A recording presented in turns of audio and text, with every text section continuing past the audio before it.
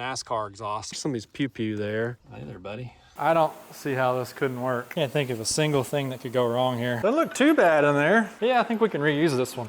I told you there was dirt daubers in here. Put Jello shots in it. Pumped out of a porta potty. Oh boy. Want some pudding? I get it. This is totally dumb. 87 octane parts washer. I'm gonna come out of my Skechers here. Curls for the girls. Very big problem. No good. Make big noise. Close your good eye and just look at it. Hit it with your purse. Got more runs than my toddler's pull-up. There you go. Bob's your uncle. Chrome will get you home, right? Welcome back to the Fixin Rusty YouTube channel. I am your host, Rusty, and today we've got our 1978 C10 short bed, and we're going to start a new project on this one. This is going to be it's called a low buck sport truck kind of deal. The goal is, can we take this pile of junk and turn it into something that looks somewhat cool and is fun to drive for, I don't know, maybe $3 all in. I clean out a bunch of parts that I've got piled up and put this thing together. I don't know, might as well. But let's go ahead and take a walk around this thing, see what we're working with here. I'll show you some of the good, some of the bad, mostly bad, but let's go take a look at it. Well, here it is. It's a 1978 Chevrolet C10 Custom Deluxe. And this is, you know, this is what I always end up with, the top of the line models. It's fine, it's not too bad actually. But she's pretty plain, it's been repainted. This truck was I don't know, like a light blue color, and it's been painted to some kind of doo-doo metallic blue color. Here's our original color on that. And it's pretty straight, except for the dents. And it's pretty rust-free, except for the rust. There's a little bit, I don't know if you can see it, but there's a little bit there on the bottom of the door and the fender. You know, you'll have that with these old ones. Cab corner, it's not great. It's got some NASCAR exhaust on the side, so we'll probably try to keep that if we can. These wheels are just rollers, there's nothing really fun about those. Bed. Oh, she got caught in the crossfire. Somebody's pew-pew there. She's got the honking rear bumper. Not terrible. Bed floor is not the worst I've seen. It's you know, it's not bad, but it's not good either. It's got plenty of that scaly rust stuff, but it's not like rotted all the way through in tons of spots. Just a little, you know, you can see a little daylight. It's a little thin in some areas there. Glass is all but the driver's side, I think, is good. The windshield is even good somehow. I don't really know how that happened, but it's got some scratches, but we're not too worried about that. It exists and it's not cracked, so that's, you know, pretty much all you can ask for. Go ahead and enter the cabin area here. It's a basic one, you know, nothing to write home about. Armrests are probably need a tetanus shot if you're going to use that one. The bottom of the door has seen better days. It has gone back to its original carbon form in the dirt for most of it. The floorboard is there, but it's hanging on by a thread. It's got a few spots that are kind of coming through, so we'll probably try to address that to some level. I mean, it's not good, let's just be honest. The dash is junk, it's missing the gauges. It does have a automatic, I think. Yeah, it's an automatic steering column. It was a 3 on the tree originally.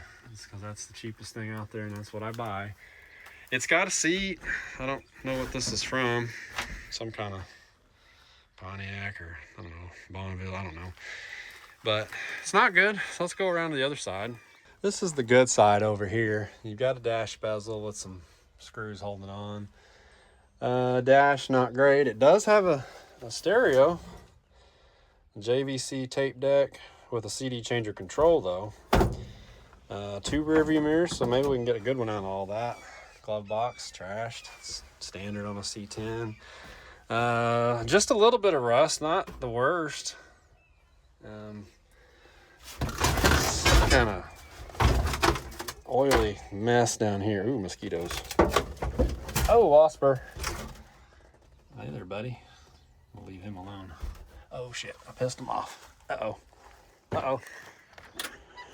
Okay, we'll just close that and run if need be. But this bedside here is not, you know, not terrible. It's got some dents and stuff. It's fine. It's not that bad. It's not all rotted out over here. That's already half the battle. Tail lights are, you know, non-existent. Yes, it has a tailgate. It has a Jesus fish on it. There you go. Bonus points. It's worth a few horsepower. And yeah, that's pretty much it up here. Let's go look under the hood and see what we're messing with there. What's left of the hood. It's not good. I don't know that I'm gonna be able to save this hood, but I'd like to try. Cousin Eddie says, Clark, what are you gonna do with that chair? Thinking maybe I could have that fumigated. But, so that's that. And engine wise, so this would have been, I think I decoded the VIN. I think it was a straight 6 originally, 250 or whatever it was in these things, the small one. Manual brake setup. Wiring is optional. Some of these, you don't need all of it, do you? Optional wiring. Some of this is here, some's not. I mean, you got a pink, you got a red, and a purple. That's really all you need with a C10. And we'll have to figure that out. Yeah, radiator's missing. There's some stuff missing up here. Top mount plate, battery trays. Actually not completely rotted out of it. The engine though, I don't know if you notice anything immediately right offhand. Damn, wasps after me again. I don't know if you notice anything, but it's missing a few components, and she's also missing a transmission back there, but I got a marketplace find on that, and so we got that covered. This is a 305 per the casting number. I took a photo of that and Googled that up, and it says 305. The casting numbers on the heads are 624. I think it's 624, which is a Smog 350 head. So some genius was reverse engineering this thing to put a 350 head on a 305, which will give you about 7-to-1 compression. So it probably sounded like a tractor if it ever ran. Fans there. There's really not a lot to write home about here, honestly. No, there's really not any redeeming qualities about the whole truck, let's just be honest. Except that it's a short bed, and that is the only redeeming quality really of this truck. But you know, I know people from the junkyards because I kind of tend to be out there all the time, and you get to meet people out there. It's kind of a little community sometimes, and a guy I see out there all the time saw him. He said, hey, you're the C10 guy. You want this one? I got a 78 C10. It's a short bed. If you're interested in it. I said, yeah, send me some pictures. What do you got? And he says, I said, is it pretty rough? He says, yeah. I said, is it complete? He says, no. I said, does it have an engine and transmission? He said, no. And I said, perfect. How much? He said, $700. And I said, I'll take it. So that's how I got myself into this one. But anyways, we're going to pick it up at the shop, and I will show you our plan for the drivetrain for this thing. And it is equally unimpressive, much like the truck is. But you're going to want to see it. I don't want to spoil the surprise yet, so we'll pick it up, do a little TV magic, and I'll see you back at the shop. All right, back at the shop. I know this is the moment everybody's been waiting for. Let's see the power plant going into our 78 Chevy C10 low buck sport truck. That's what we're going to call it as of right now.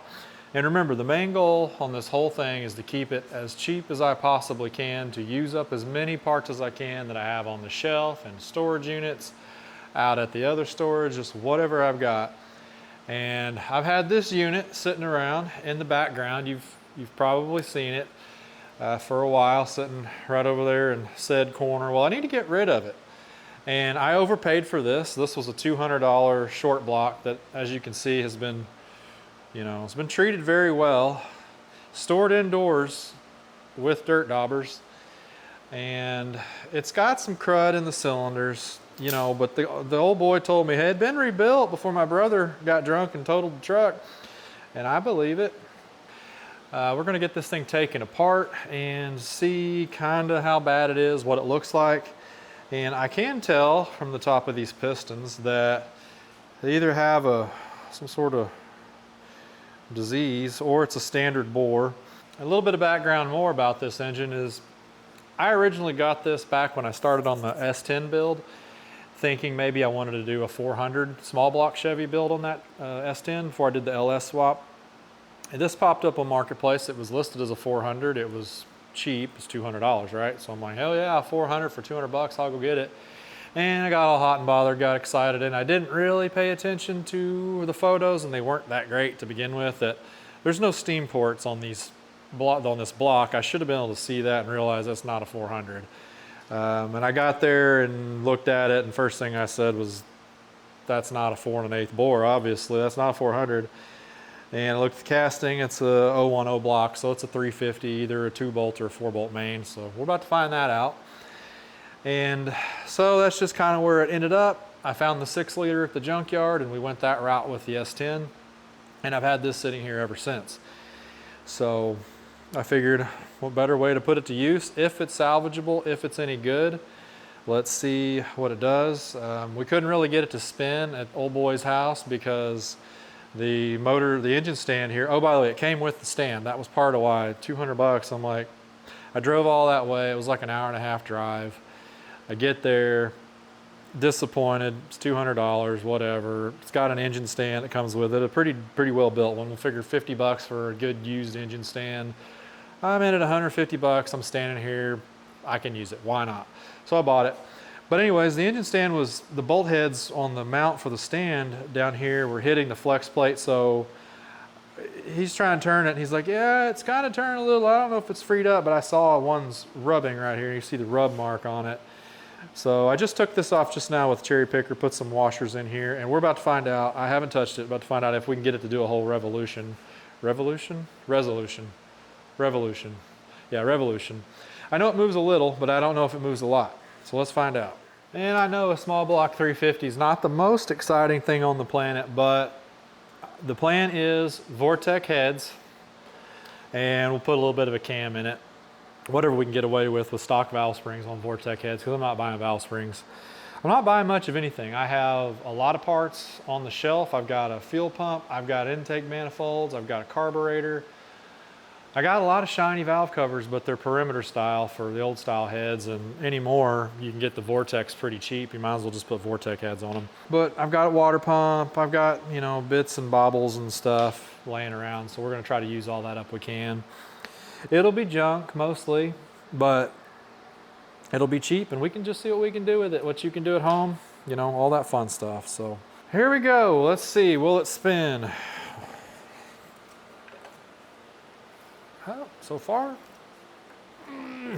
some of it does. Yep.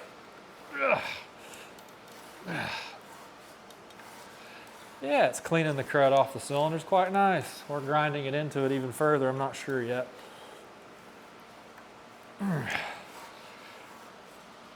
Thing's hitting, I have to pop that off. Okay, well, it does move, it does spin. I think what we just need to do is get in here, vacuum, and knock all the junk out of these with the wire brush best I can. I don't see heavy rust scale in here. Too bad. Maybe a little on that one. Anyways, this was stored indoors. It was oiled. It just got dirt daubers and shit all in here and a bunch of stuff, and that's kind of what's done this. So let me get in here, vacuum this out, and see if we can try to get it to move a full round before we get into it any further. Oh. If you haven't been around very long, one of the unique features about my shop is that I'm running everything off basically one breaker. So anytime you turn anything that pulls any power on, you gotta turn the lights off. So, there we go. Yeah, this is gonna clean up good.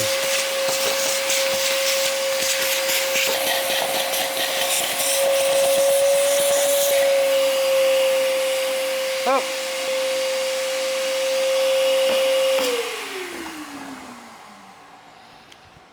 It's a two-way street if you don't want to trip the breaker. Yeah, there we go. A little more.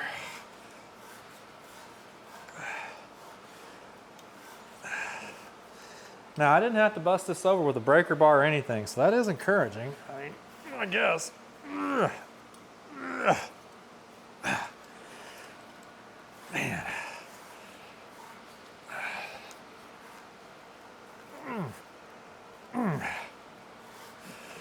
I think we might have this one. It's pretty bad.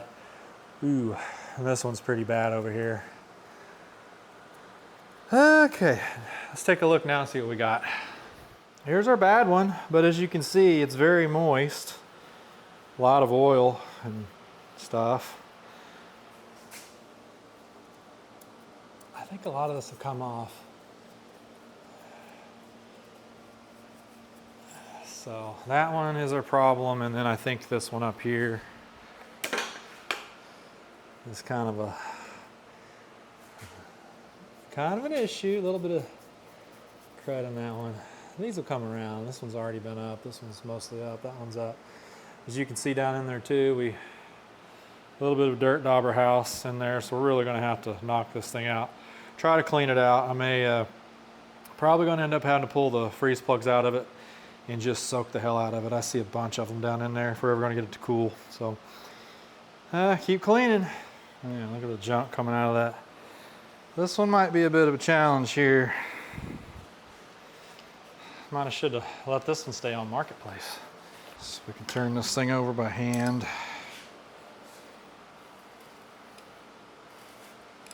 There we go. A little more, a little better. And stopped. Okay.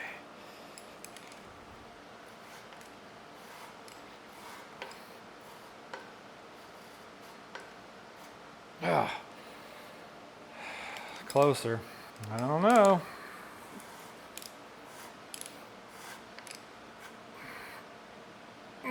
We basically have two cylinders that are problems.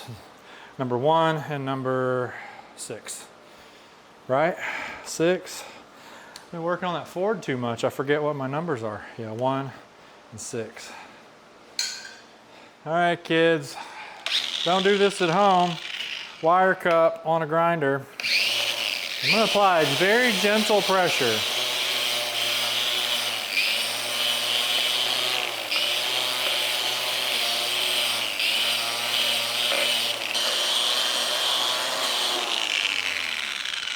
Okay, it's getting better.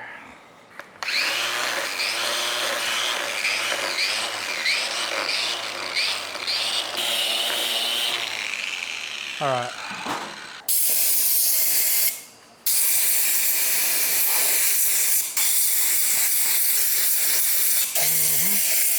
All right.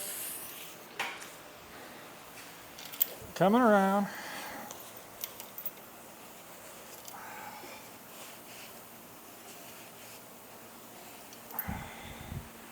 I don't see how this couldn't work. Can't think of a single thing that could go wrong here. Now let's see what we got.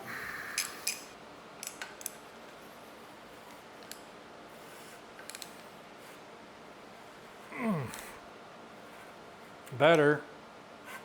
There we go. Just push past it, finally. Okay.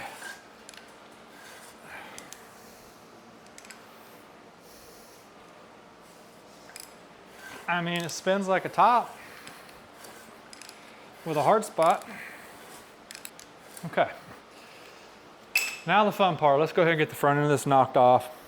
Get the pan off of it. Get the cam out of it. Flip it over. Find out if we have the ever popular 4-bolt main or if we've just got a 2-bolt main. My guess is it's a 4-bolt main.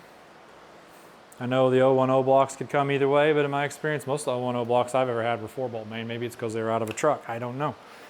But we'll find that out and see what other secrets lie ahead.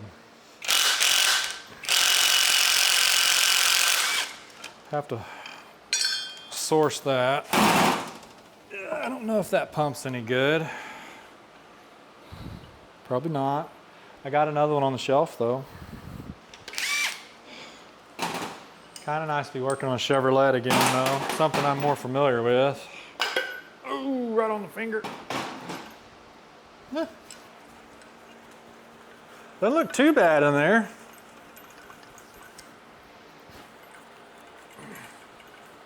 Yeah, I think we can reuse this one. Water pump. Okay, added to the list. Perfect. I got a Proform aluminum water pump on the shelf, brand new in the box, but that might be kind of nice. A little too nice for this. What in the world? Come off of there. Give me those clamps. We're saving the clamps. You know, you got to save every penny you can on these. Ooh, another clamp. Okay, done.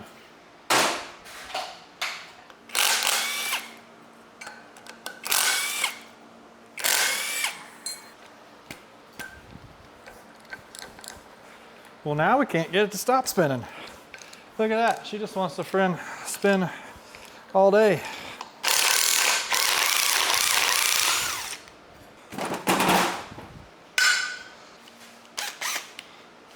I think I'm intentionally going to use all chrome sockets with an impact in this this build series, you know, just for fun.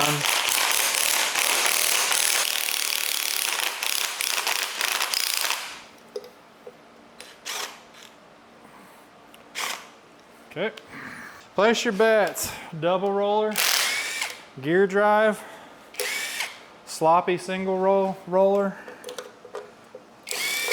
I'm gonna go sloppy single roller. Let's see.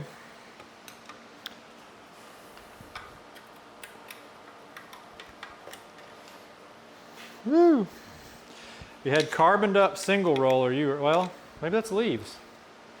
Could just be leaves. Yeah. Sloppy single roller it is. Okay. Well, there we go.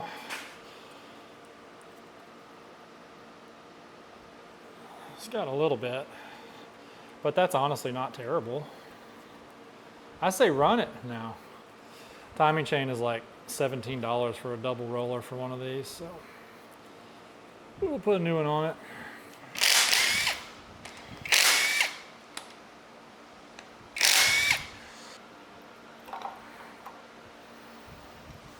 Put that right in the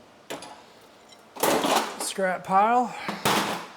Oh, hey, I told you there was dirt daubers in here.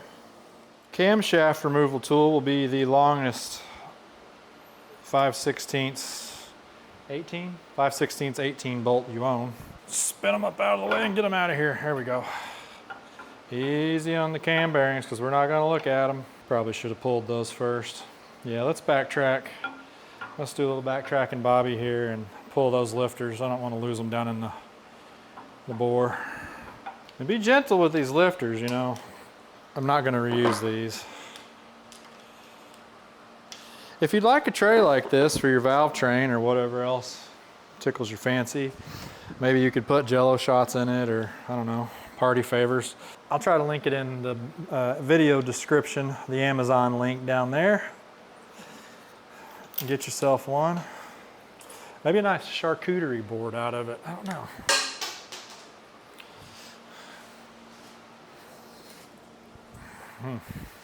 Okay. All right, I got all but one of them out. It moves up and down, but I can't get it out. So we're just gonna, when I get this thing apart, turn it over, then we'll knock it out. Now let's take the cam out of it. Any markings on this thing? What do we got? High performance, low performance, no performance, no marking on it. Core shift, yeah, definitely has some core shift. It's definitely been into, those freeze plugs are replaced also, so it's definitely been rebuilt at some point. I'm almost hung up on me. There it goes.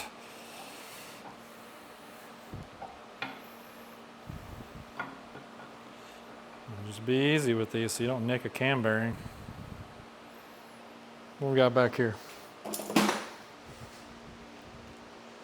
Urson, let's see, Urson looks like one, there's a space, 94, so rebuilt in 94 probably-ish. Cam swap to an Urson TQ20H. TQ20H, I believe is what that says. Let's look that up, see what it is. Urson TQ20H E113121. Hydraulic flat tappet, RPM range 2,000 to 4,750. Duration at 050, 214, 214. Advertised 292, 292. Here we go, valve lift, 449 intake, 449 exhaust. And a 111 to 112 lobe separation. Good for street towing, 4-barrel carbon headers recommended. Okay. Labeled the Performer. So yeah, that's actually a decent camshaft, and that's probably about what I would look to have in this thing, is in that ballpark. Huh, I don't know. No, we can't reuse it, can we? Probably shouldn't. We'll start at the back and kind of work our way down through it. A little bit of wear on all of them. None of them are just completely smoked and mushroomed. This is probably the worst. There is a little bit of scratching and some little bit more wear than the others, but not bad at all, really. I mean, the one in here, that one could be a mystery. I haven't looked at that lobe on the cam. We got to get it out and see how it looks. All right, let's go ahead and flip it over.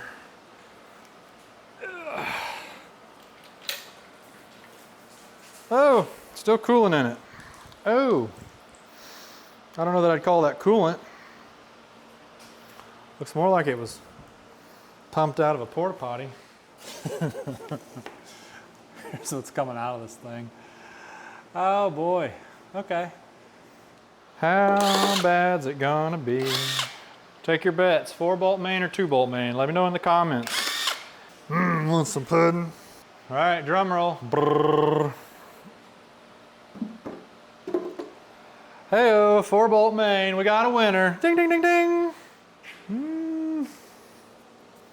I know it looks bad up front, but I don't see rust. I'm gonna take that as a win. But there you go, standard 4-bolt main deal, standard rods. Looks like cast pistons to me, best I can tell. Nothing fancy. Yeah, we probably ought to upgrade that. I'm not scared if y'all aren't scared.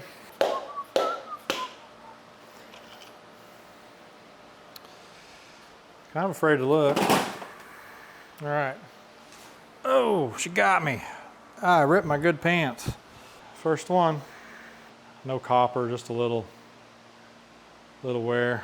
Not crazy. What do you think they are? I think they're standard. Do we think they're oversized? What are we working with here? Cleveite. Hell, I can't see it. Whoa. I think it might be a 10 under, but I can't really tell. Anyways, we'll keep going and we'll find one that we can read a little bit better, and we'll measure the crank. Working through all these, I'm down to the last two, and I kind of noticed right offhand, I just popped this loose, haven't taken it out, so you can kind of see what I'm talking about. But these little tangs here usually go to the outside. I noticed this one was to the inside, this one is to the outside, and pulled the cap off, and just like that. And you can see the big chamfer on this inside, the inside of the bearing cap here. This big chamfer is supposed to go to the crank fillet. So on this side, up against this and ride up against this area here. And the more flat side here is supposed to ride up against the other rod. This one was in backwards. I don't see that it hurt anything. All right, they're all out, and I don't see anything that just looks terrible. A little discolored there, a bit of a cleanup, I think. I measured the crank journals just with my cheap dial calipers on the front one, and it measured 2.080. I think standard on 350 is 2.1, so that's 20 thousandths under, so that E would not be accurate. I don't know. Got to dig into that, figure that out. Rod bearings did have some wear on the caps on the insides, kind of a interesting wear pattern. You can kind of see there. This is on the rod side, not the cap side. Mostly in this middle part here, and that's pretty consistent on all of them.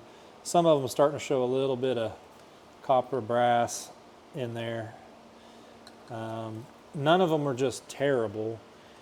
Then you flip it over and you look on the top side, and they're much, more consistent. There's not any of that kind of wear on there. So I don't know. We got to do some more research on it and do some more ciphering. All right, in the meantime, let's go ahead and pull these rod caps off here.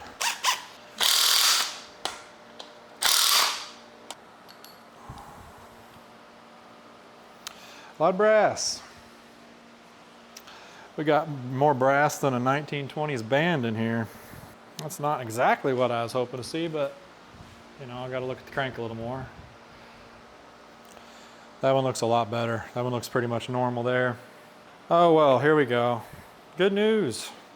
It's already had the updated oil pump push rod with the steel sleeve on it, so we don't need to replace the sleeve or buy an upgraded rod, and it looks good. A little bit of wear on the thrust, but not terrible. Okay. All right. Well, if all else fails, we can turn it into a mailbox post. And here's our main bearings. We had a little brass or copper on the front one. The rest of these don't look too bad. We got some grooves on that bearing a little bit. Already pulled the rear main seal out, but yeah. This side, not too bad. The cap side, not as good. All right, finally got this thing down all the way, I think, pretty much. And I finally found a measurement on a bearing. It took to get to the rear main bearing, and this does confirm what I had. I measured the crank journals and was measuring about 10 under on the mains and 20 under on the rods. And finally, 0.010, we finally got a bearing that actually has a number that means something on it. I did not find anything that meant anything on the rod bearings, but that's okay. I measured it, every one of them, 3 different directions. Everything seems to be within round, and they're definitely 20 thousandths under. So that's what we're going to put back in it. I didn't see any major grooves in it, anything that looked exceedingly hot. Actually looks pretty good, so I think we can get away with, we'll just, you know, just re-ring it, re-bearing it. The trick is going to be, can we get these cylinder walls to clean up enough to do that? And some of them don't look bad at all, and then we've got a couple that do look, you know, not great. So what else? Oh, camshaft. So that is an Urson cam. It's a 449 lift cam. That's basically perfect for what I want to run in this thing with what you can, getting close to the limit on what you can do with a stock spring on a Vortec head. And I don't want to go through and put new springs on it because this is a budget build. That would be the perfect cam, and you guys know what cams cost. And you guys also know the quality of flat tappet camshafts today come from China, and that's pretty much all of them. It's not great. That's a Urson cam from the 90s. I broke one lifter getting it out, but the face on all of them looked great. None of them concerned me. I measured every single lobe on that cam. They're all consistent. You look at everything, it looks good. I don't see any damage to that cam at all. So I think I'm gonna buy one lifter. I know. I think I'm gonna buy one lifter and try to run that camshaft because I feel more confident that I can break one lifter in on that cam than 16 new lobes and 16 new lifters on a brand new Chinese camshaft. Counterintuitive, I would normally never do that, but in this case, it seems to make sense that that might be the best way to do, is just to do the one lifter. And the only reason that lifter I wouldn't reuse is because I cracked it on the top trying to pull it out. I got rambunctious with it. Didn't need to do that. My fault. All right, let's go ahead and see what kind of mess we can make here with the hone. I kind of did a couple passes on this one and it cleaned it up pretty good. There is going to be some definite pitting in these cylinders, as I suspected. It's not all going to magically disappear, but it looks way better. The good parts look really good. And so, I don't know, we're going to try it, see what happens. I just got some tranny fluid here. It looks a little dark because it's used, slightly used, but it'll work good for this.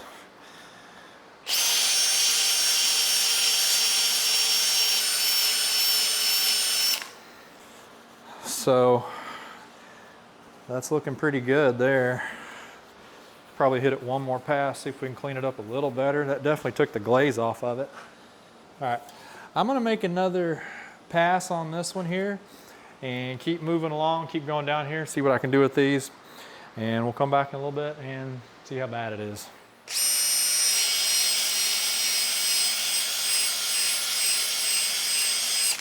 Okay. All right, getting closer. One more to go after this one. I might have gotten this one. Quick disclaimer on all this. First time I've ever tried to put a motor together like this. And the only reason I'm doing this is just to see if it'll work. And I've got a bunch of parts and pieces laying around. And I figure, what is the coolest thing we can build with what's laying around? And I figured, I got minimal risk in this thing. I'll spend, you know, $300 worth of parts in it, half of which I could reuse in another engine if something happens to it, so no big deal. So why not try it? We'll take a junky old truck, we're gonna lower it. I've got drop spindle springs for it. We're gonna put a flip kit on it. We're gonna put some kick-ass wheels and tires on it, get it looking, at least looking the part, and we'll get it to sound the part here with this 350, all for as cheap as we possibly can. So before you hit me up in the comments and tell me how dumb I am, I get it. This is totally dumb. Don't do it at home. Unless you want to. Then go for it.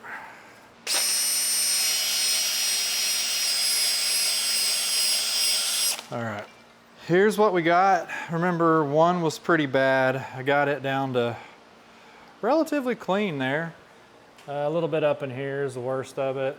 Same kind of stuff here, but not too heavy of pitting or anything. Just a little bit of light pitting. This one cleaned up really good. Not much going on there. This side was the bad one, of course. This was the worst one that had us hung up. So we've got some pretty good pitting in here. A lot of this discoloration is not pitting, it's just whatever's there. But there's some pretty good pitting in there. Real light pitting there. A little bit there. This one cleaned up really good. So overall, you know, not too bad considering what it is. Good morning, back at it here with our junk 350 build. And spent some time, well, we've got the parts washer fired off this morning. This is our 87 octane parts washer. Let that soak some of our engine hardware and our junk. Went ahead and got this stuff torn down, cleaned up, seals and crap scraped, knocked off, ready to go. We're gonna take that out, pressure wash all this stuff here later. Crankshaft, there's a lot of exposed steel on that. I'll probably just clean that with brake cleaner gas and blow it out and wipe it down by hand. Unfortunately, the block though, we're gonna have to pressure wash this, so we may have to come back in and just quickly hit them with the hone again just to knock any surface rust off. But I'm gonna do as good a job as I can on preventing that. But it didn't turn out too bad, as I showed you here, what, a couple days ago now. But it isn't perfect, but it's free. Well, it's not free, but I already had it. So car guy math is basically free. I'm gonna have to get in all these ports with screwdrivers and try to knock the damn dirt dauber nests out of here because they have absolutely made a home down inside the water jacket, and that's not gonna be great. I'll do the best I can. Probably best case scenario when we do get this thing in the truck and we do go to fire it off, probably leave the thermostat out of it. Maybe, I don't know, grab a pair of underwear out of my drawer or something, stick that in the upper radiator hose to catch the chunks, and make sure we try to get all this stuff out and don't run it through the radiator. So.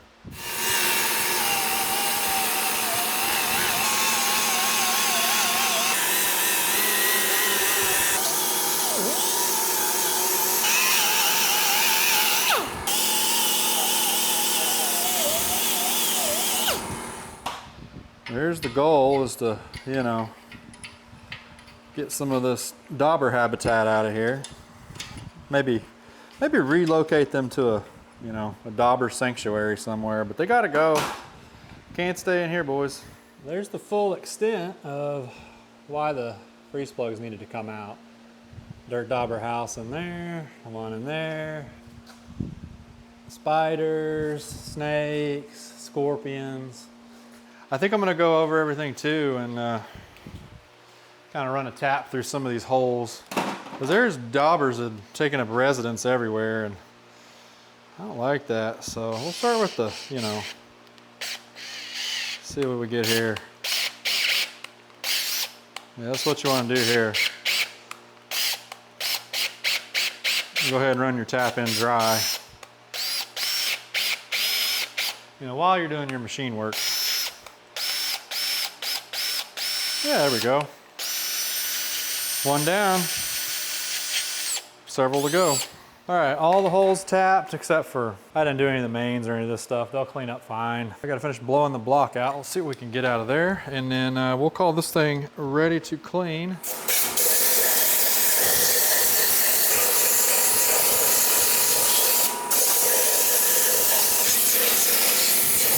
All right, I've been working on the pistons for a little while here, getting those torn down so we can clean up the rods and pistons. Got the bearings pulled out of them. I'm working on the rings right now, and I got to show you how bad some of these are.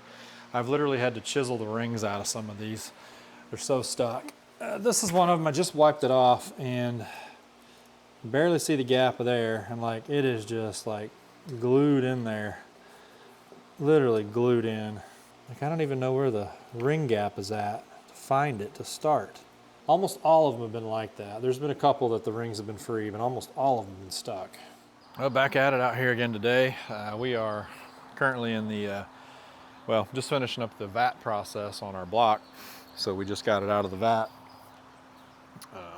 There's the vat right there. Cleaned up pretty good, I will say. Not bad, just pressure washed the hell out of it. Degreased the hell out of it. Did it a couple times. I got everything I could out of it. And one little trick of the trade here that I kind of discovered in this process is you get the, you know, your super light flash rust, which is inevitable when you put water on bare steel like this that's been machined. But I went over it with a little bit of brake cleaner and a red Scotch-Brite, just light, not, you know, not sanding. We're just hitting the surface and wipe it down with a microfiber, and that cleaned it up really good. So that'll work. One other thing I noticed, and this is going to be an interesting one. I'm not going to say it's concerning, but I'm not going to say that it's not a little bit concerning either. And that's going to be this handy artwork that we have on the side of the block here. Now this groove, that is not factory, contrary to popular belief. That looks like that was done with a Dremel. And I know where your mind's probably going, and mine went to the same place. That was some kind of repair probably for a crack in the block. This had like steel stick all stuck over it and globbed in there. It was nasty, coming loose. But I zoomed in on this thing with the old iPhone and took my glasses off so I could see better. And I cannot see a crack or anything in there for the life of me. So I don't know if there was something superficial they were concerned about or what the deal was, but it's something to keep an eye on. I'm gonna put some steel stick back in this, just, you know, because that's what it was like before. I can't see anything. And at this point, what does it matter anyways, really, right? But I think it's pretty much ready to go. I just went over the lifters, got these all cleaned up. By cleaned up, I meant I shot them with brake cleaner and a little degreaser, wiped them down, blew the chunks and all the leaves and stuff out of the top of them. So they should be pretty good. Well, mostly good. A little bit of stuff down in the trays I didn't get cleaned out very good. Whatever, close enough. And of course we got this guy I broke. I got one new one in there. He went right there. So I just did them one at a time, kept them in order. But I think we are there. Everything is clean. Everything's ready to go. I've got all the parts now for it. All the external or all the internal parts are here for it anyways. A few of the little things on the outside. I don't have a starter yet, an alternator, stuff like that. But what we're going to get in this video is we're going to get essentially get the long block and maybe a little extra completed. I really wanted to start it up on the stand in this video. I know that's the payoff, right? You want to see if it's going to run, how bad is it going to knock, all that. Unfortunately, with replacing the one lifter, despite how much I want to do that, it's probably going to be the smart thing to hold off on it until I can actually do a full cam break-in on it. We can't do that without a cooling system. I can't do that, you know, without putting it in the truck. Can't put it out in the truck without having the truck here, blow it apart. There's a lot of stuff under the hood of that truck that needs done before we put the engine in it. So we're gonna get to that point on it right now, or before this video's over. And that's just gonna have to be what it is. So anyways, enough talking. Let me get this thing in here and we'll start putting it back together. Who's ready to build an engine? I know I am. Kind of the, I don't know, easiest way I found to do these is just kind of roll them on. Kind of put your end in on one. Yeah, we got the right width here, so that's good. That's what we wanted, that's good. Put your end in here, flip the top one up, slide it around like that. And then grab it over here and just kind of work it around. And then, boop. There you go. Top ring's in. And it's basically the same on the middle ring. And the oil ring, you're gonna have the center and then the two outsides. So there's nothing, nothing too crazy to figure out. What you probably wanna do is take your ring, at least, take one on probably at least one per cylinder, put it down about an inch or so into the cylinder, measure your end gap. When you get it trued up straight in the cylinder, measure your end gap, make sure it's within tolerances. I'm not gonna do any of that because it doesn't matter.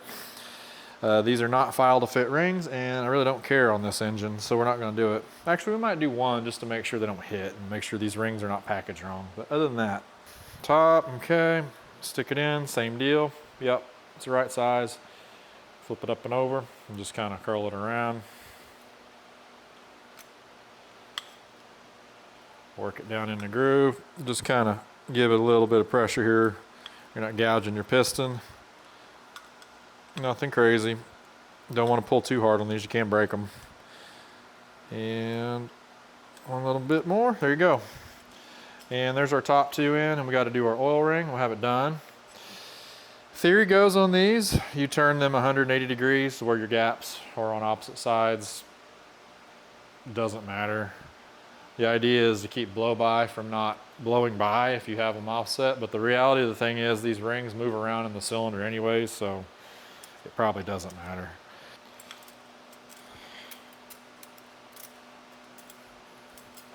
And there we go. And of course your third metal ring, you got 2 per on the third on your oil ring.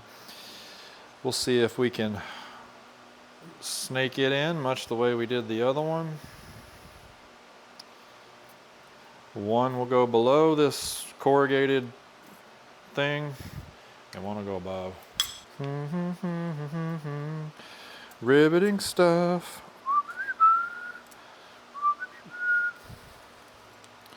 All right.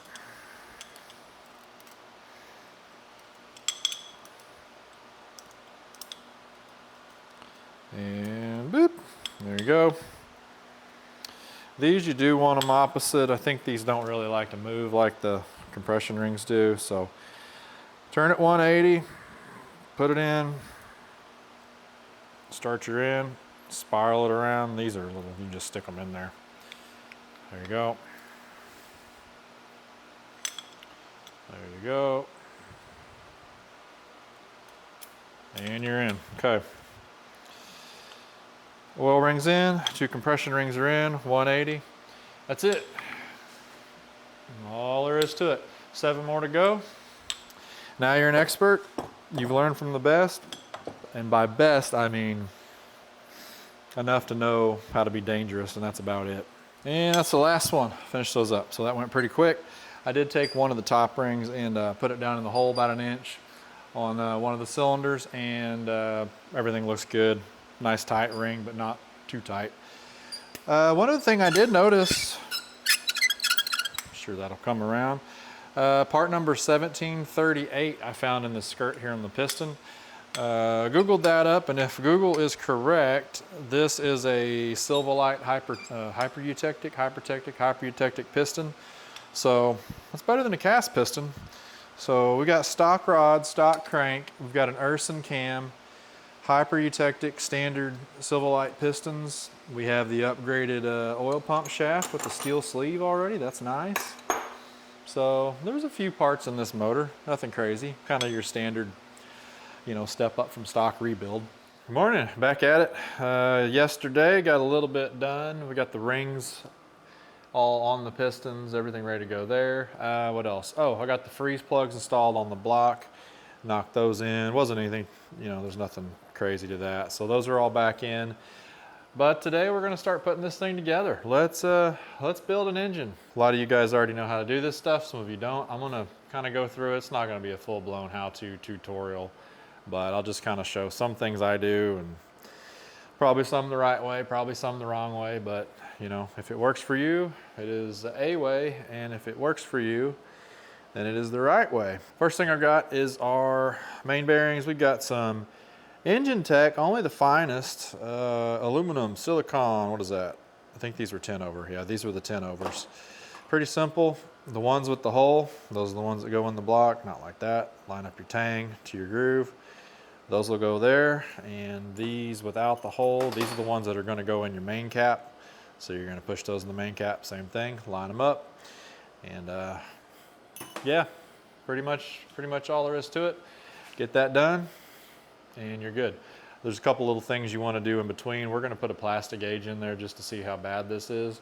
Now that doesn't mean I'm going to fix it if it's not within spec. That just means I want to see how bad it is. So we're going to put that in there. We might check the thrust of the crankshaft back and forth, probably not. I do have a dial gauge so I can do that, but if it feels, you know, good enough, then we'll just send it. So anyways, let's get set up and let's build an engine.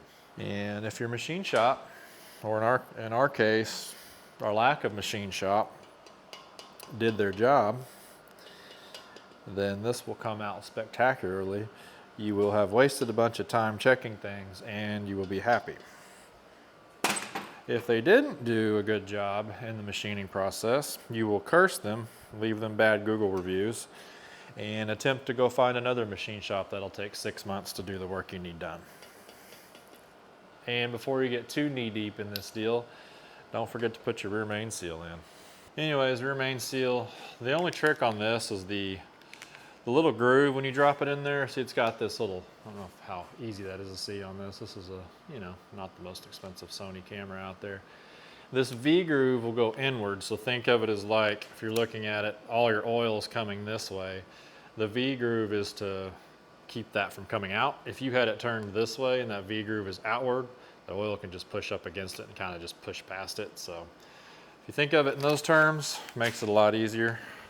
Okay, rinse and repeat on the bearings on the main caps, and then we'll drop the crank in it. All right, one crankshaft going in. Boop, okay. Okay, this little green widget here, you see that, that's your plastic gauge. So if you're not familiar with these, they come on this strip here, and that's just a strip in this paper.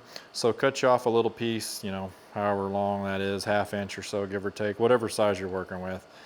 And what you're gonna do is torque your main cap down on this, and you're gonna hold this paper up. When it's done, it's gonna smash this plastic gauge out flat, ideally. And you're gonna hold this up, that's millimeters, so we're gonna hold it up on the standard side.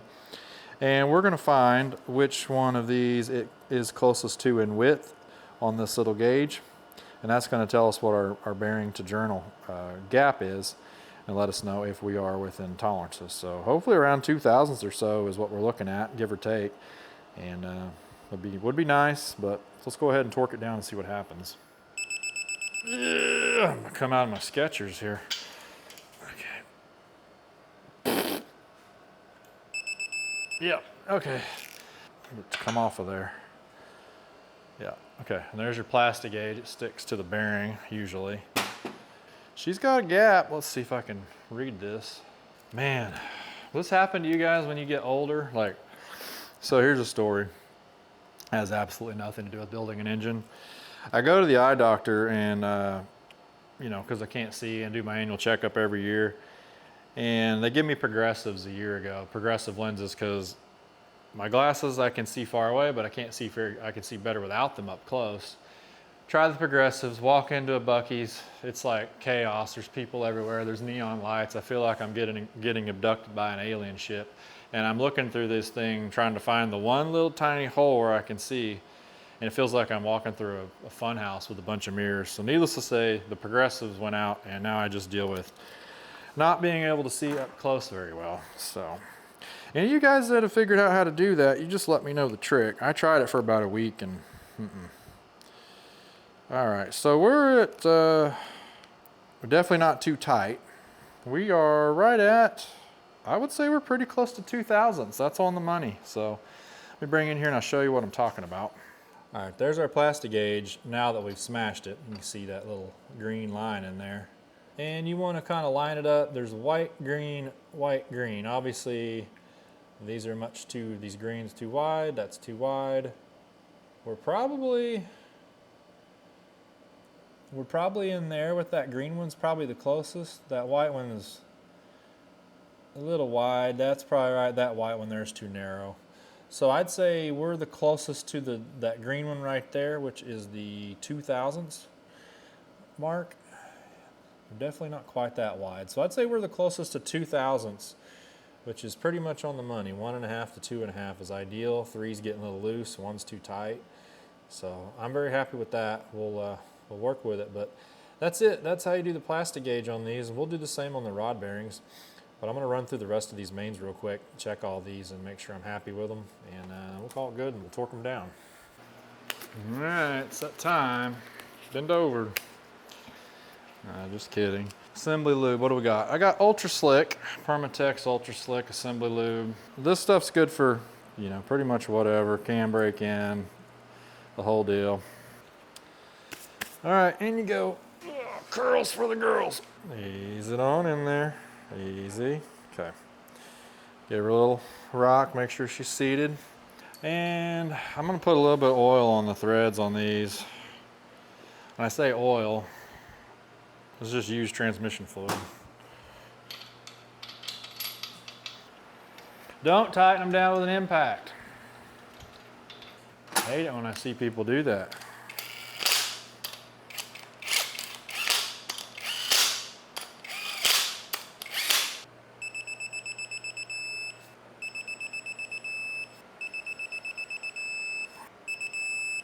And time.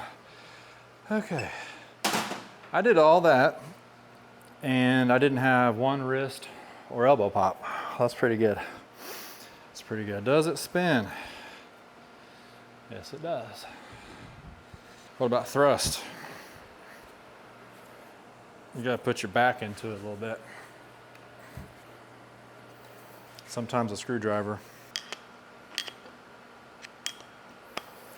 I can feel it. Yeah, it's good. It doesn't have much. I definitely could feel more in it when I took it apart than I can now, so. But this rear thrust, what controls your thrust on these, at least on the 350, it's the rear bearing cap. The wide one has the shoulders on the outside with the copper or brass showing.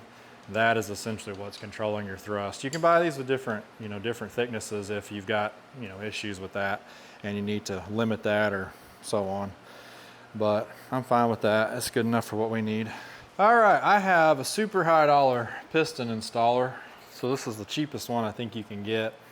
If you're going to do this on a semi-regular basis, do yourself a favor and buy a set of nice ones. They make cast iron ones that are sized within each piston range, that you basically just sit it over here, it's tapered, you drop the piston in, pop, pop, pop, pop it down in there, and you're good. It's a time saver. These kind of suck, but they work. Now, we're lucky that we didn't have anything particular here when you're putting the pistons on the rods. If you've got, say, a 2 eyebrow flat top and not a 4 eyebrow, you have to get the piston orientation right. On a 4 eyebrow piston like this, you can get it backwards and it doesn't matter. They are notched, which typically the notch goes forward, but you can put it on backwards, it'll work fine. It's no big deal. But yeah, if you have dome pistons, 2 valve relief pistons, something along those lines, you got to get it right, or you will have big problems. Very big problem.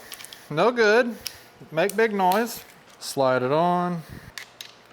Tighten it down.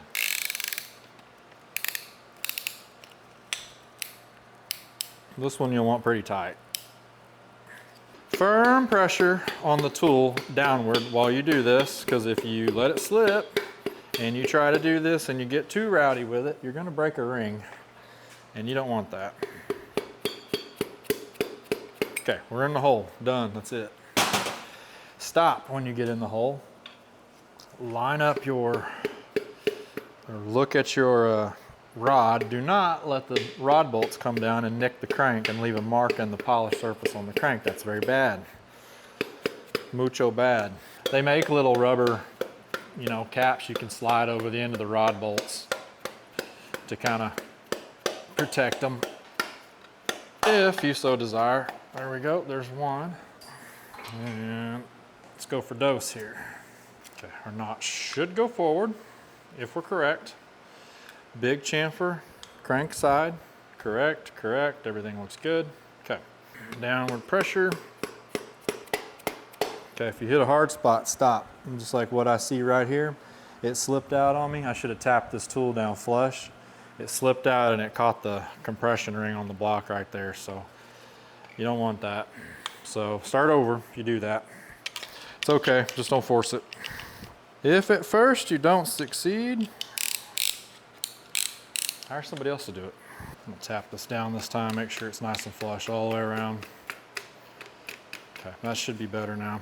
Put the people's eyeball on it. Yep.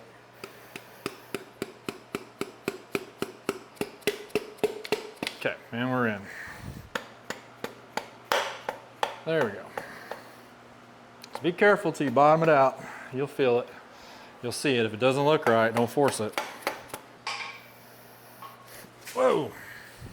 You guys let me know if you've used one of those, the fancy Harbor Freight crank one. They've got that like gear drive crank handle thing. You can just spin these around. They're kind of pricey, but they look like they work really well. Let me know if you've used one of them. I might have to do that one of these days.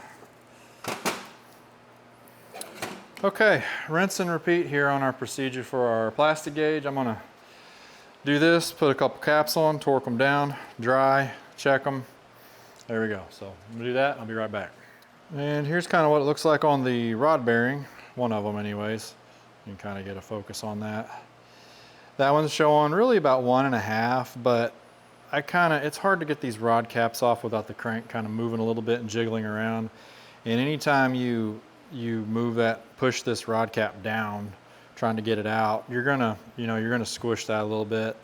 So it's gonna read a little on the tighter side. So I'm happy with that. That looks pretty good. I had to do it twice. The first time it just smashed it completely flat, trying to get them off. So I'm good with it. And because of this being a junkyard deal, and because I don't want to take the time to do it, I'm just gonna put them all back in and assume they're all perfect. I'm not as concerned about it because I know this engine ran. It had some wear on the bearings, but they all look consistent. So I'm not too terribly concerned about it. If this was a brand new machine, crankshaft, brand new, everything, I'd plastic gauge every one of them just to make sure the machine shop got it on the money. So anyways, that's it. Put it together. Just keep doing the process. There's 8 of them. Torque them down, and we'll have a rotating assembly as soon as that's done.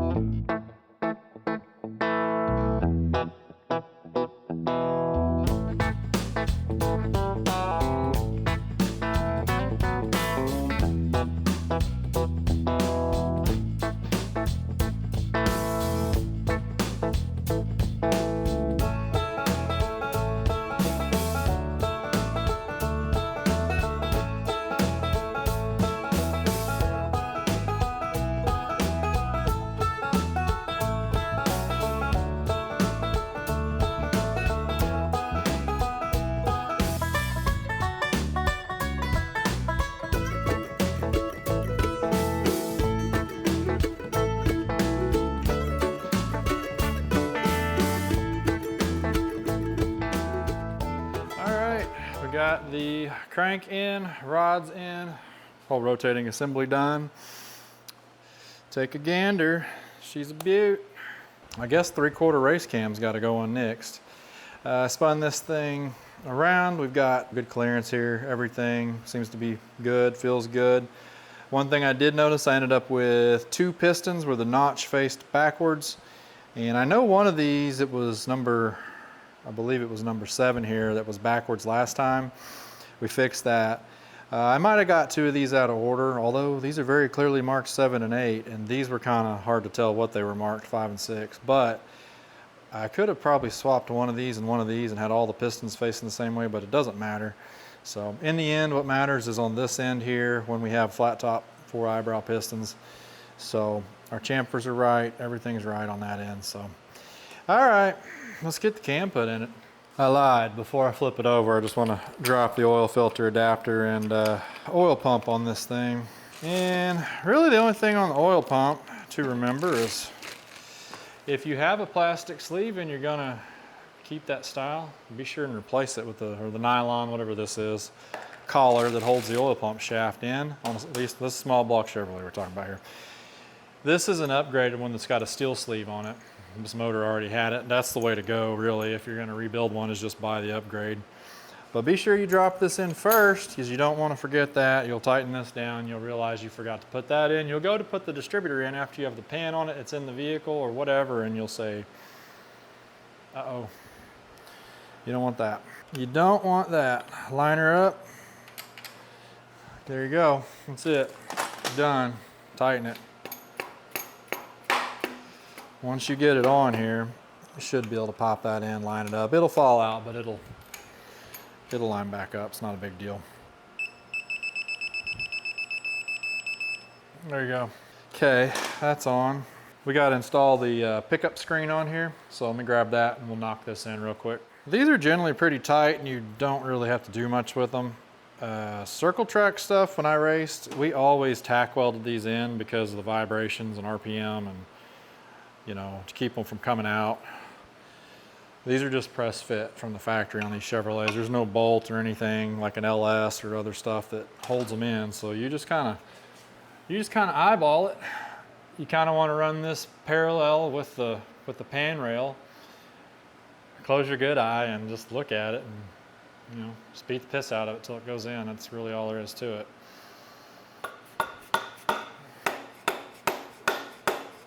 Hit it with your purse.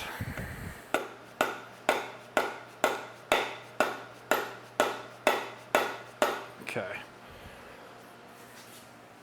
Give it the people's eyebow. I never saw the Rock drop that one.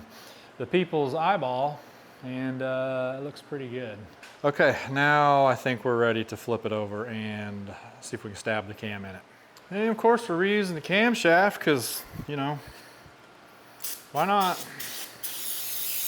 Let's at least give it a spritzer. I already cleaned it once, don't worry. I'm just, oh man, these gloves do not do good with brake cleaner. Not happy with it, okay. And you can fight yourself and lube this camshaft until the cows come home and then try to deal with it and be all greasy and all that stuff. But I like to just kind of lube as I go on a camshaft, you know.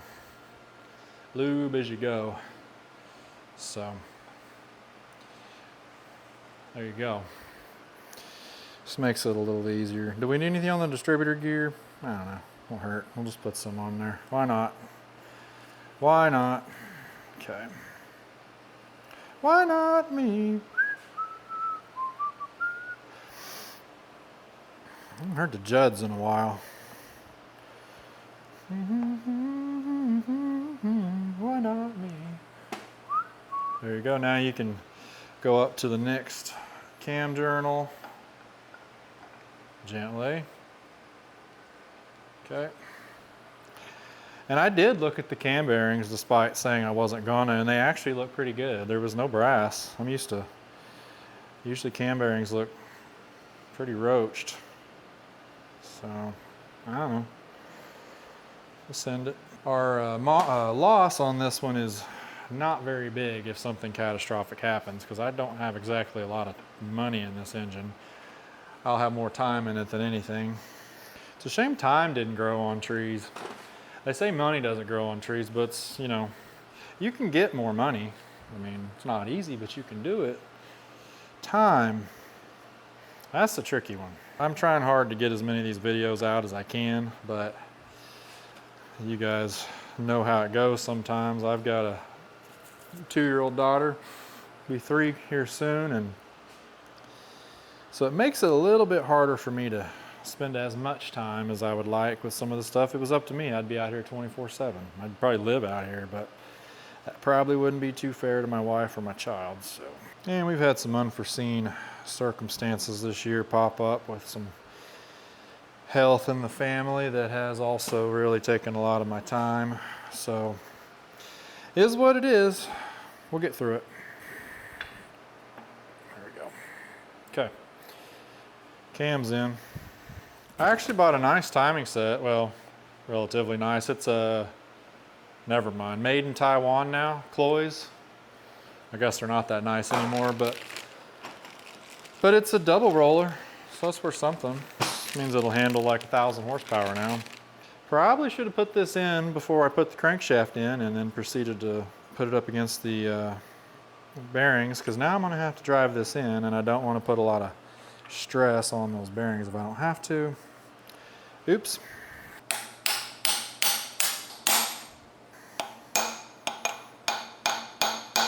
Yep, okay.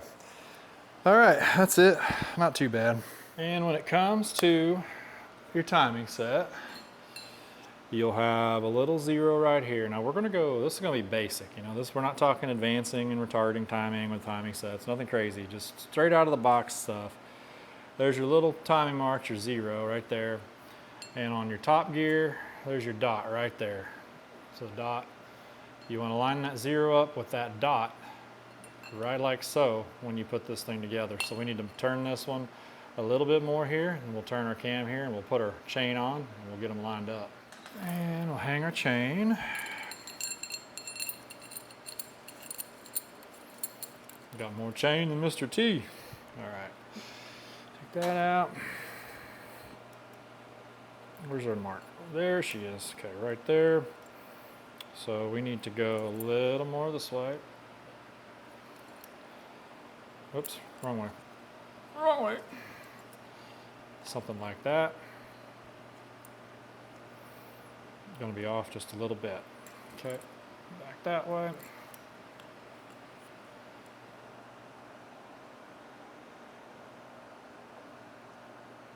And we should be right about there. Let me see if I can find the cam bolts real quick. I need those. There we go. Okay.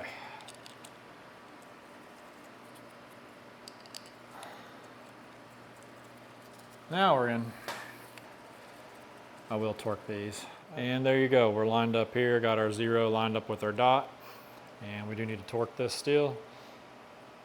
This is not top dead center. You may be inclined to believe it is. The piston is up. This is actually on top dead center for number 6 when it's like this. So before you stab your distributor and before you kind of get too far with it, if you don't plan on turning the motor over for any particular reason, well, I guess yeah, never mind. You're gonna have to set the valves, so you're gonna have to turn it over anyways. But just a little tip, when these are lined up, that is not top dead center. Yeah, let me forget the blue Loctite. I don't know if this is necessary, but that's what they say. And as we've established before on this channel, if they say it, it's probably a good idea. All right, let me get this done, get torqued down. That wraps up the short block portion of the program. Lifters are in, so this is the one that's the new one. That's a Melling replacement lifter. Everything checks out same as the other one, so if one of them fails, it's probably going to be that one, if it'll break in on that old cam. Again, I don't know if I'd recommend it. If you're building a new motor or really anything that you really don't want to grenade or run that risk, I probably wouldn't try that, but this is an experiment, so let's see what happens. So I'm not too worried about it, but all right, I'm gonna eat some lunch and we come back and we'll start putting the heads on this thing. Lunch is over, back to work. So let's go ahead and get our cylinder heads put on this little unit. And this is where we're going to make our money with this junk 350, is with a decent set of heads. This thing with a set of smog heads and whatever it had in it probably was not doing so great. But we've got a set of Vortec heads out of a, what did I say this came out of? 98 Suburban, something like that. So let's go ahead and get our head gaskets thrown on here and we'll get these things put on. And we're just cruising right along here with this build. What are we rocking here? Engine Tech head gaskets. Again, I don't know. I don't think there's a front, back, or side to side with these, is there? Okay. On she goes.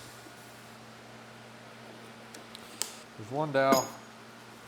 Ow! I knew that was gonna happen, damn it. I knew that was gonna happen, it got me. The kiddo got her thumb stuck in the, she was watering the plants, you know, trying to help mom out yesterday. The spray nozzle, somehow she got her thumb wedged up underneath the trigger, like like this. I don't know what she did, but she screamed about like I screamed in my head there. Let's see, we got all the head bolts we should have from that Vortec. We are reusing all of those. These are not torque to yield style, so we should be able to reuse them, get a use out of them at least. And these all go into the water jacket, so put a little sealer on them. All right, let's drop these in. We'll get these all sealed, lubed, and ready to go, and then we'll torque them down. All right, I got all the head bolts started with sealer, a little bit of oil on the head of the bolts so they'll torque. Now there is, and seems to be, some conflicting information and controversial information regarding Vortec head bolts online. Some say they're torque to yield, they're not reusable. Then there is a bulletin, let's see, what's it called? AERA bulletin, or a position statement, that states that they are not torque to yield bolts. They can be reused as long as they inspect, you know, as long as they look good, reuse them. And these look very good because these hadn't been on that vehicle very long. So we're reusing them. We're just going to use the method they prefer, which is 22 foot-pounds of torque in the spiral pattern, then 55-degree turn on the shorts, 65 on the medium, and 75 on the long bolts. So we're gonna reuse them, save some money, and hopefully it doesn't bite me in the ass. All right, never torque your head bolts down with an impact. I know I've made that joke once already, but I do have it turned down on the power on this thing, so it won't do much anyways. Yep, okay, we got them all first round.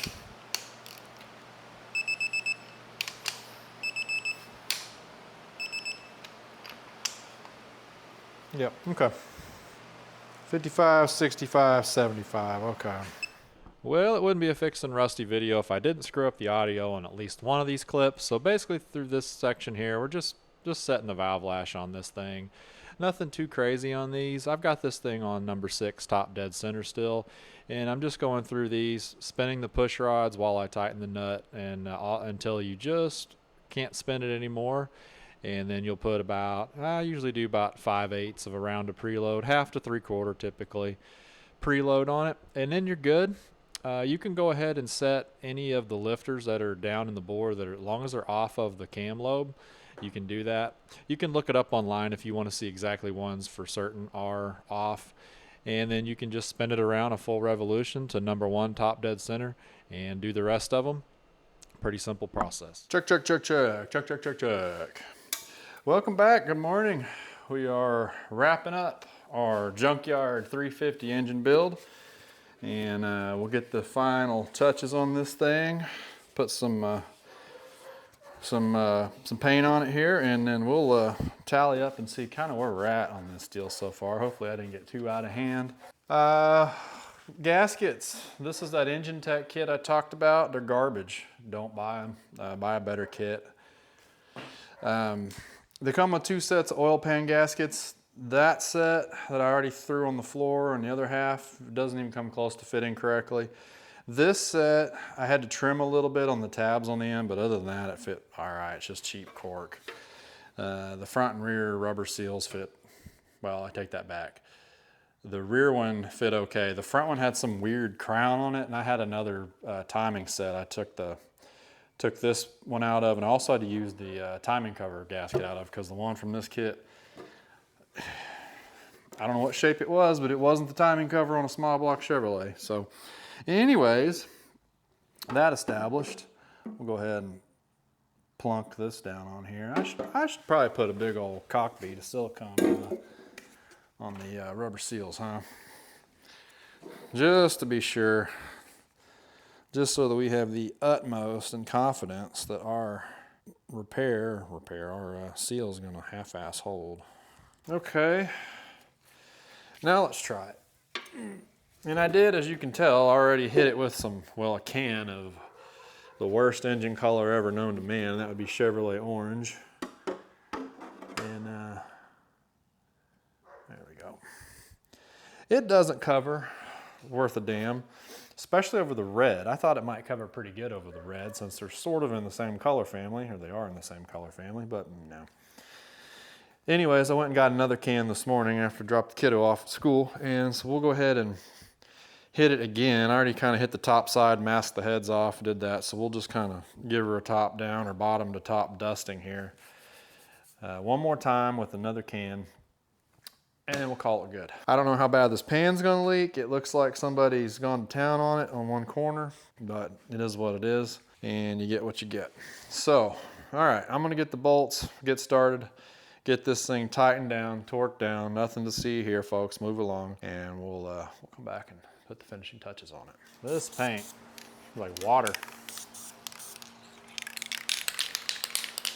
I've used Duplicolor plenty of times, but this color, I guess, is just the pigment. Not happy. Anyways.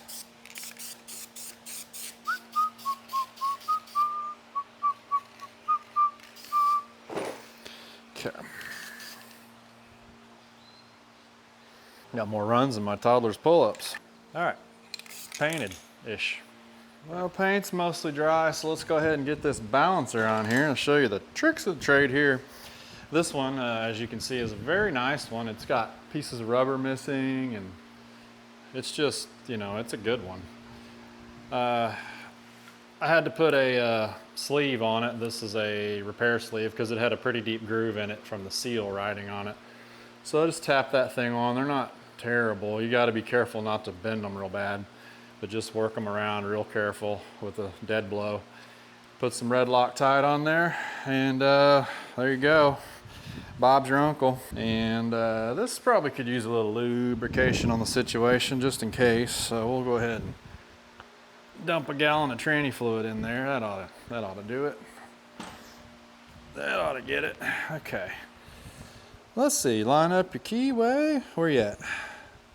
There you go. Okay. I've had this tool since Moby Dick was a minnow. I got that nice kit for the LS. Y'all might have saw me use that in the S10 video, but we keep Old Faithful here on the ready for the small block Chevrolet stuff, which it's been a while. Come on. Come on now. There we go. She could use a tap. Let's run a tap through that. That's not real happy. Any of you guys keeping score at home, kind of like a Little League ball game. 7/16 20 on this, or at least it should be.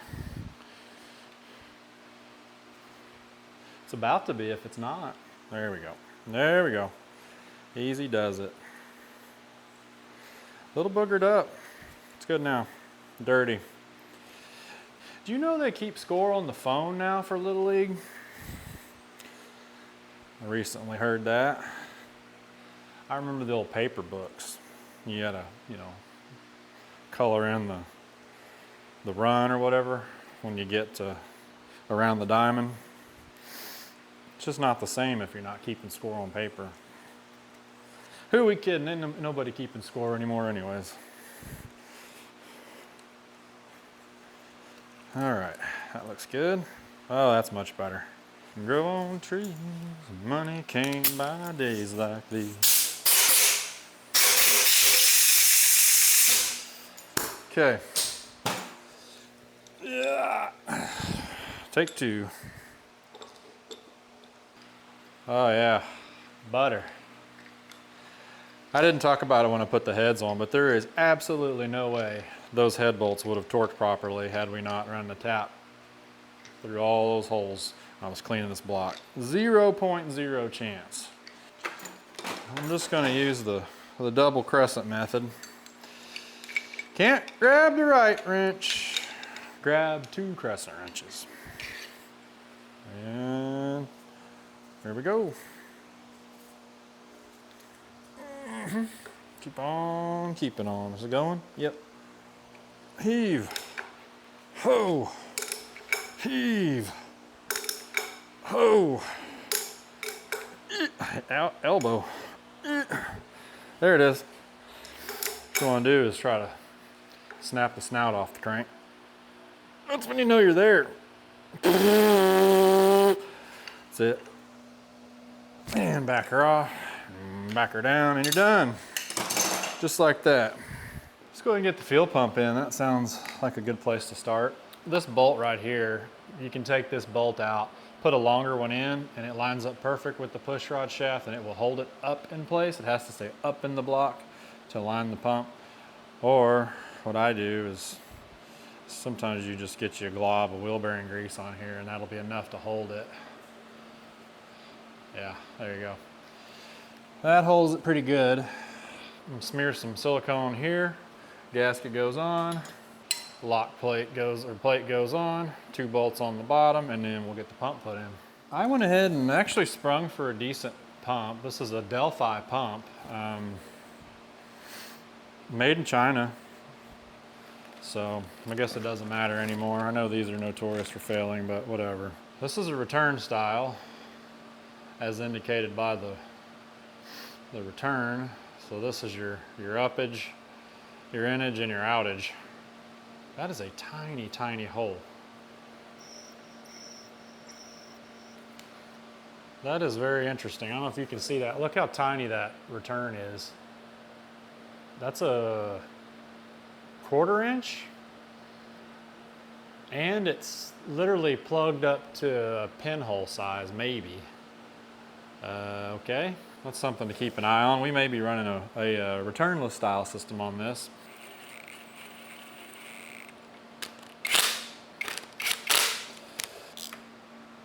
Okay, all right, fuel pump installed. When it comes to the water pump, we have actually a nice water pump. We have actually a nice water pump. It's a, what is it?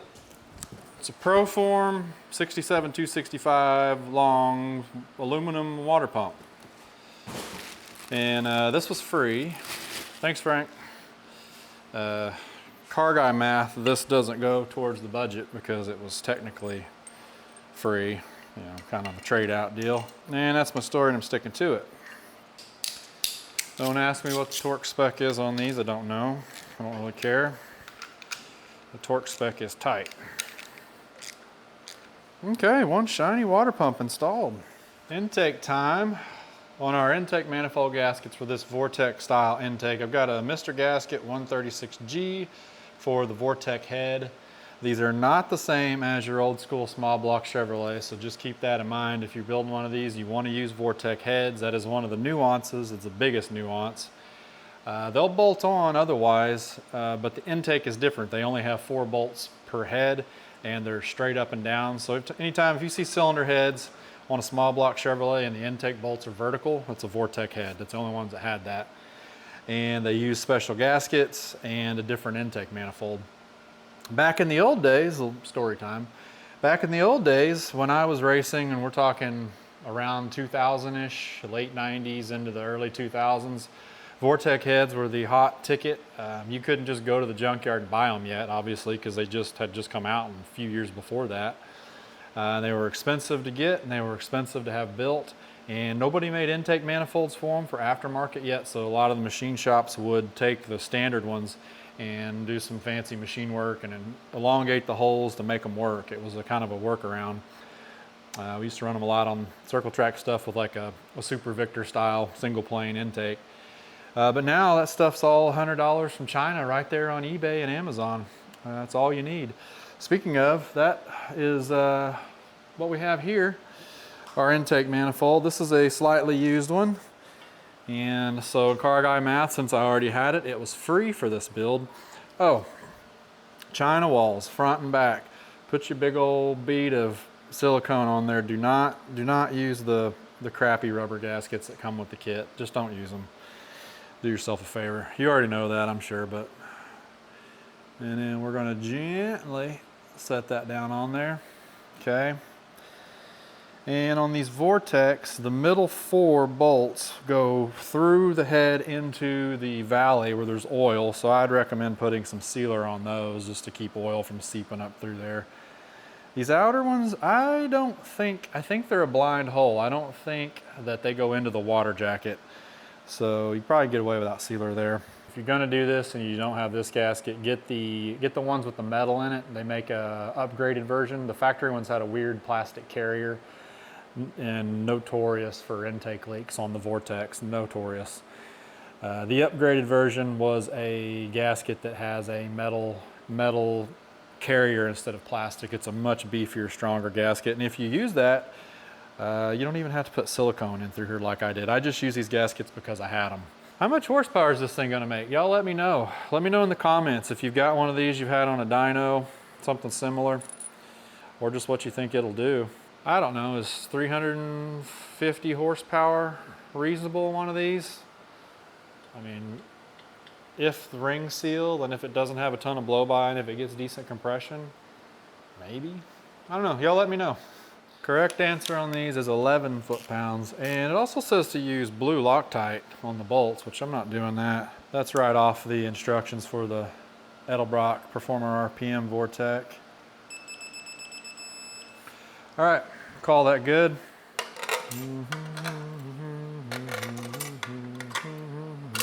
Torque spec on these is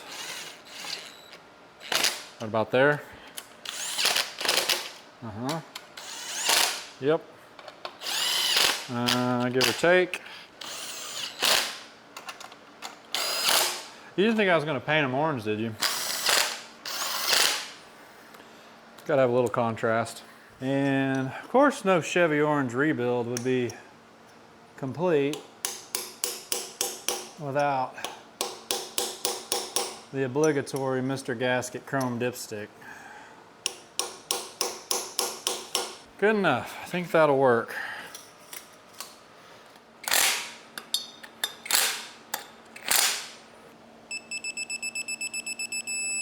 Well, we got to get the full effect. I'm not going to put some of this on here permanently, but you got to see what it looks like. This is a, what is this, 600 CFM vacuum secondary Holley. And, oh yeah, put some more chrome on it. Because chrome will get you home, right? There we go. Looks pretty good. Not too bad for a slop together engine. All right, I think that's pretty much a completed engine for now, at least until we get it in the truck. We start to figure out more of the accessories, kind of get that dialed in. There's gonna be all the little stuff. A distributor, I do not have a distributor yet for it. I got one around here, but I don't know if it's any good, so I'm gonna go ahead and get a Chinese one for 60 bucks. Roll the dice on that. As you can see, I threw the headers on there. These I got at the junkyard a while back. I think I paid like 40 bucks or so, 35, 40 bucks for them. And they still got cobwebs and stuff on them, but I went ahead and shot them with some black just to see what they'd look like. Well, it looks pretty good, I think. All in, let's run down the numbers. I know this is a budget deal, so let's see kind of how carried away I got with it. We started out with the engine itself, the short block, which came with the oil pan, timing cover, balancer, rotating assembly. I paid 200 bucks for it with the motor stand. I figured that's worth $50, right? So we'll call it 150 bucks for the engine itself or for the short block. And we got Vortec heads, a nice set of fairly fresh Vortec heads, the junkyard. That cost me, let's see, I got 2 valve covers because I didn't have center bolt valve covers, 2 heads, core charges, refused the warranty. Everything out the door, taxes, fees was $199.22, and $25.50 that is core charges on cylinder heads. I've got a couple junk heads on the 78 C10. I'll probably pull those off and take those back, get my core money back eventually. We got a Rock Auto order, was our timing chain, bearings, oil pump, freeze plugs, the 1 lifter, 16 push rods, there's a couple oil filters, a set of spark plugs, gasket set, main bearings, rings, all that. That was a 260/16, and that's Rock Auto. Let's see, O'Reilly, what else do we have? Oh, plastic gauge oil filter. O'Reilly, we had the repair sleeve for the balancer, we had oil dipstick, a PCV valve, a couple cans of engine paint, all that. That came down to, what we got? About 60 bucks. And so yeah, between the junkyard, the short block, Rock Auto, O'Reilly, we're looking at $669.38. That's what I got in it right now. Now I understand some of this, there's a little bit of car guy math in here involved because the carburetor, you know, I had that on the shelf. The air cleaner had that on the shelf. Some of the accessory drive stuff, the fuel pump I had on the shelf, the headers, the water pump. This is just stuff that I've accumulated over time. Some of it, you know, done a little horse trading for, a little bit of labor trading for. But I think that's pretty good all in all for building what should be a fairly stout little 350 Vortec headed, you know, flat top 350 deal. Now the next trick is, will it run, and will it run well? So you have to stick around for that one. In the meantime, I've got another project vehicle coming up. Probably do that one, start working on that one next. We've got Poverty Tour coming up. It is, what are we at? A couple weeks away from Poverty Tour, so still got a little bit of work to do on the Country Squire, the Grizzwag, to just little stuff to wrap up on that. And then you'll see that one next on Poverty Tour. And I'm gonna try to do daily videos on that, we'll see. But I think that's gonna do it. Appreciate you guys very much for watching. If you enjoy this stuff, please like, subscribe, comment, all that stuff. Let me know what you think on horsepower. How's this thing gonna do? Or is it gonna blow up? Do you think it'll last? I don't know. Anyways, I think that's it on this one. I'll catch you guys on the next one.